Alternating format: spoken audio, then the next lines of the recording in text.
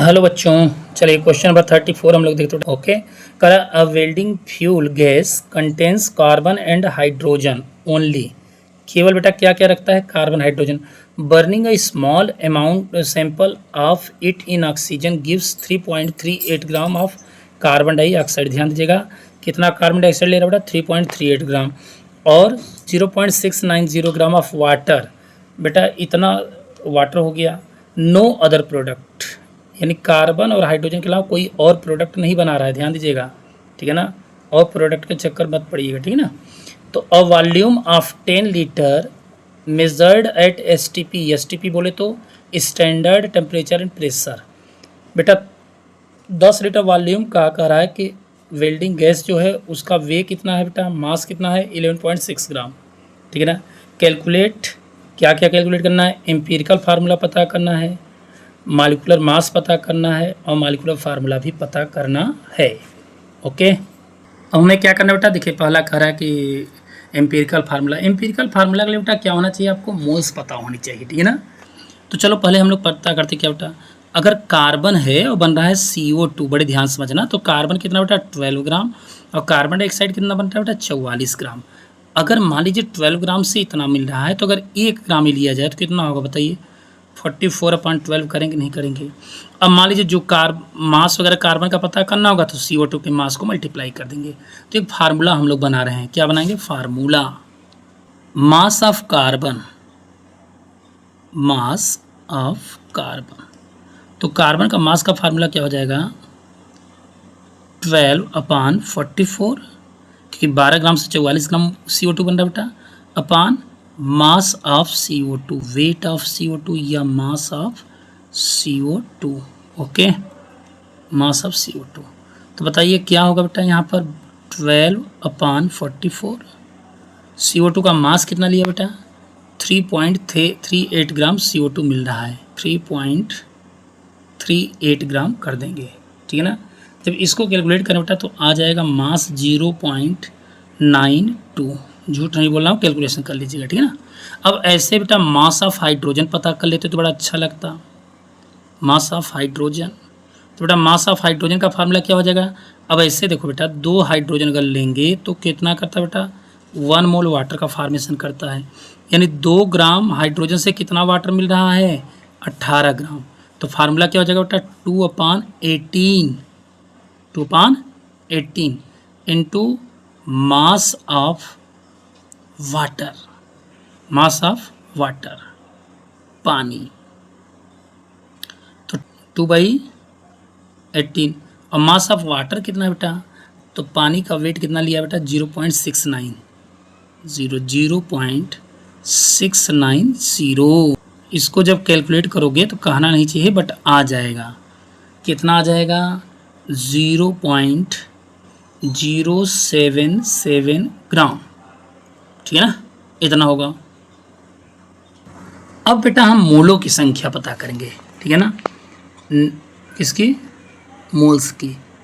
तो number of moles of carbon, carbon के मोल को अगर हम कहें तो क्या हो जाएगा? Mass of carbon upon atomic mass या मोलर मास। तो कार्बन का मास कितना आया था बेटा? 0.92 ग्राम। कितना आया है? 0.92 ग्राम अपान बेटा कार्बन का एटॉमिक मास कितना होता है? 12 होता है। इसको जब डिवाइड कर देंगे तो आ जाएगा 0.077, है ना, मोल आ जाएंगे कार्बन के। कन्फ्यूजन? अब इसी तरीके से हाइड्रोजन का भी पता करेंगे हम लोग। देखिए हाइड्रोजन का मास कितना आया था बेटा? इतना ग्राम, ठीक है ना। इसमें एटॉमिक मास से डिवाइड कर देंगे तो इसके मोल पता हो जाएंगे। इसी प्रकार हाइड्रोजन के मोल्स को पता करेंगे। इसके लिए हाइड्रोजन का मास अपान एटॉमिक मास से डिवाइड कर देंगे। तो हाइड्रोजन का मास कितना दिया हुआ बेटा? 0.77/1। इसको जब हम सॉल्व कर देंगे तो आ जाएगा 0.077 मोल, ठीक है ना। अब दोनों के मोल हो गए बेटा। बेटा फिर क्या करते हैं हम लोग? रिलेटिव नंबर ऑफ मोल्स पता करते हैं। रिलेटिव नंबर ऑफ मोल्स पता करेंगे तो ध्यान दीजिएगा, अगर कार्बन के मोल को देखा जाए तो क्या होगा? रिलेटिव मोल में क्या हो जाएगा? उसके मोल थे 0.077 और हाइड्रोजन का कितना है बेटा, वो भी 0.077, यानी कितना आ जाएगा बेटा, 1 आ जाएगा। सेम ऐसे हाइड्रोजन के भी मोल को अगर हम देखेंगे रिस्पेक्टिव, ठीक है ना, जब आपेक्षिक मोल्स पता करें बेटा, रिलेटिव नंबर ऑफ मोल्स, तो क्या करते हैं, डिवाइड करते हैं। जो सबसे लोवेस्ट नंबर ऑफ मोल्स रहता है उसी से दोनों में डिवाइड कर देंगे, बताया था, ठीक है ना, मैं टेबल नहीं बना रहा हूँ, डायरेक्ट ऐसे कर दे रहा हूँ। तो हाइड्रोजन के भी मोल कितने आ गए, इतना। तो बेटा अब ध्यान देना, एम्पिरिकल फार्मूला क्या बताता है, मूलानुपाती सूत्र। तो बेटा एक किसी भी कंपाउंड में जो एलिमेंट्स होते हैं उनका सिंपलेस्ट रेशियो बताता है, यानी सिंपलेस्ट रेशियो में कार्बन कितना हो जाएगा बेटा, 1 मोल आया है, और हाइड्रोजन कितना होगा बेटा, 1। यही हो जाएगा बेटा empirical formula of that compounds. Okay, चलिए अब आगे हम लोग देखते हैं। दूसरा क्या पता करना बेटा, अरे मोलर मास पता करना है, ठीक है ना। तो देखिए क्वेश्चन में दिया था कि जो 10 लीटर था, 10 लीटर ऑफ गैस, बिल्डिंग जो गैस थी एट एसटीपी, वे कितना था बेटा, 10 लीटर का वेट कितना दिया था क्वेश्चन में, 11.6 ग्राम दिया था, ठीक है ना। तो अगर हम बेटा मोलर मास पता करना चाहते तो 1 मोल पर लेंगे, और 1 मोल का कितना वॉल्यूम होता है बेटा, 22.4 लीटर। कितना होता है, 22.4 litre of gas at STP. तो वेट कितना हो जाएगा, तो 11.6 अपॉन 10 इंटू 20 इंटू 22.4, है ना। इसको बेटा जब सॉल्व करोगे तो आ जाएगा 26 ग्राम पर मोल। तो बेटा उसका मोलर मास क्या हो गया बेटा, 26 ग्राम पर मोल। ये भी हमें पता हो गया दूसरा क्वेश्चन। तीसरा क्या पूछ रहा था बेटा, तीसरा पूछ रहा है मालिकुलर फार्मूला। तो बेटा याद करिए, मालिकुलर फार्मूला का जो फार्मूला होता है दैट इज होता है n इंटू एम्पेरिकल फार्मूला। क्या होता है, n इंटू एम्पेरिकल फार्मूला, ठीक है ना। अब n कैसे पता करेंगे, तो n का भी फार्मूला होता है बेटा molar mass upon empirical formula mass. ध्यान देना, एम्पिरिकल फार्मूला मास। तो बेटा मोलर मास कितना है, 26 ग्राम पर मोल आया है। एम्पिरिकल फार्मूला कितना होगा, तो ध्यान देना कौन सा कम आया था बेटा, एम्पिरिकल फार्मूला आया था CH। ध्यान दीजिएगा, तो CH का कितना हो जाए बेटा, C का कार्बन का 12, हाइड्रोजन का 1, कितना आ जाए बेटा 13। आएगा नहीं आएगा, तो कुल मिलाकर के एम्पिरिकल फार्मूला मास कितना हो जाएगा बेटा, हो जाएगा 13, ठीक है ना। n की वैल्यू कितनी आ जाएगी बेटा, 2 आ जाएगी। कन्फ्यूजन, और जब n की वैल्यू 2 आ गई बेटा तो मालिकुलर फार्मूला हम पता कर लेंगे एम्पिरिकल फार्मूला मल्टीप्लाई करके। चलिए देखिए, तो बेटा अब बताइए मालिकुलर फार्मूला क्या हो जाएगा, molecular formula is equal to n into, तो n की वैल्यू 2 आ गई है, इंटू एम्पिरिकल फार्मूला। तो एम्पिरिकल फार्मूला क्या था बेटा, CH था। तो जब इसको हम सॉल्व करेंगे तो आ जाएगा 2 carbon 2 hydrogen. It is the molecular formula. Okay, पहले में क्या पूछा था बेटा, पूछा था कि उसका एम्पिरिकल फार्मूला क्या होगा, एम्पिरिकल फार्मूला, तो कंपाउंड का एम्पिरिकल फार्मूला हो गया था CH। दूसरा पूछा था बेटा मोलर मास कितना होगा कंपाउंड का, 26 ग्राम पर मोल। अब तीसरा क्या पूछा बेटा, पूछा है मालिकुलर फार्मूला यानी अणुसूत्र, हिंदी में इसको कहते हैं बेटा अणुसूत्र। तो अणुसूत्र क्या हो जाएगा, C2H2। कन्फ्यूजन, तो यही क्वेश्चन था बेटा। देखो क्वेश्चन बहुत ईजी है, थोड़ा सा लपेटने का प्रयास किया है।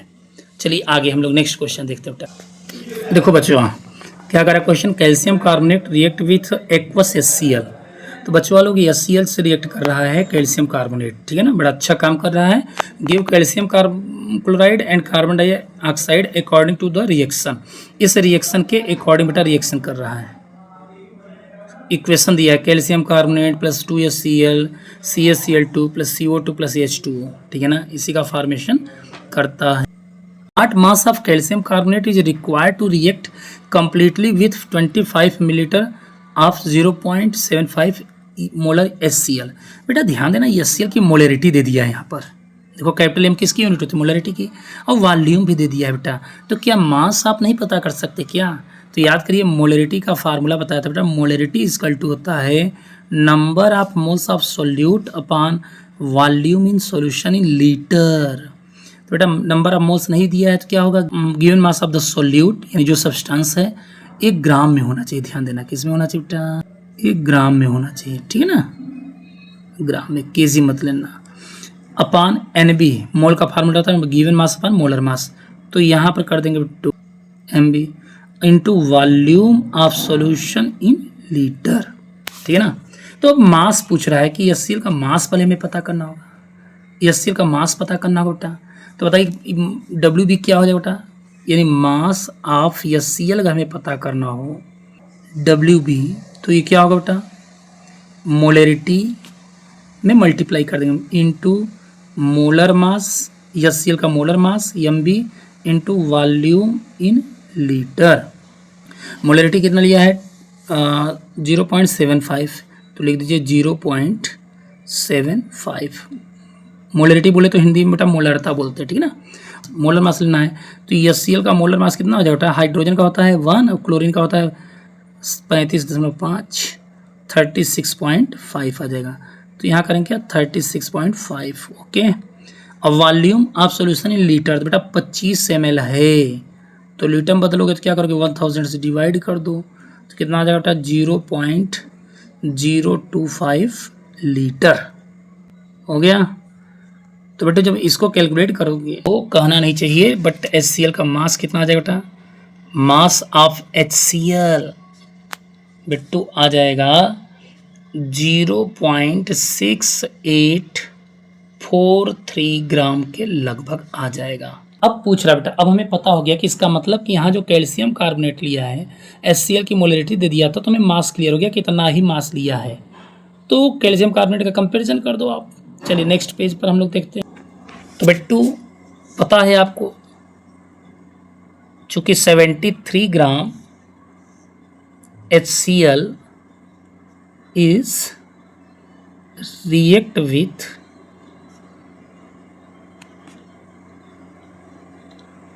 कितने ग्राम कैल्शियम कार्बोनेट बेटा, 40, कार्बन का 12 और 16 3 जा 48, 48 इसका आ जाए बेटा 100 ग्राम। तो यही तो कर सकते हैं 100 ग्राम ऑफ कैल्शियम कार्बोनेट। देखो HCl का मास कैसे है बेटा, 2 HCl लिया है, ध्यान देना रिएक्शन में देखे होंगे तो रिएक्शन बेटा 2 HCl दिखा देता हूँ। देखिए HCl 2 मोल लिया है ना, तो 2 मोल HCl का मास कितना हो जाए बेटा 73 हो जाएगा, क्योंकि 1 मोल का 36.5 होगा तो 72 73 हो जाएगा। कैल्शियम कार्बोनेट का बेटा 100 हो जाता है, ठीक है ना। अब सॉल्व कर दो बेटा, 100 ग्राम ऑफ कैल्शियम कार्बोनेट, ठीक है ना।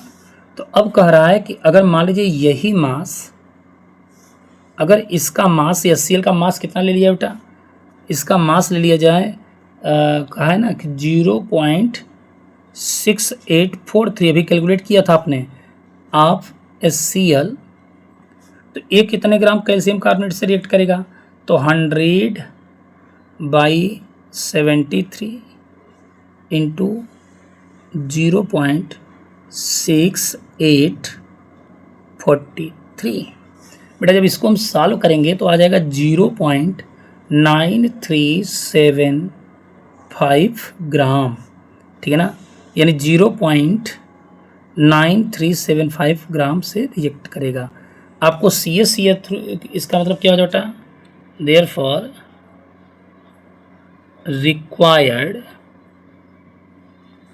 CaCO3 कितना होगा बेटा, तो 0.9375 ग्राम, ओके।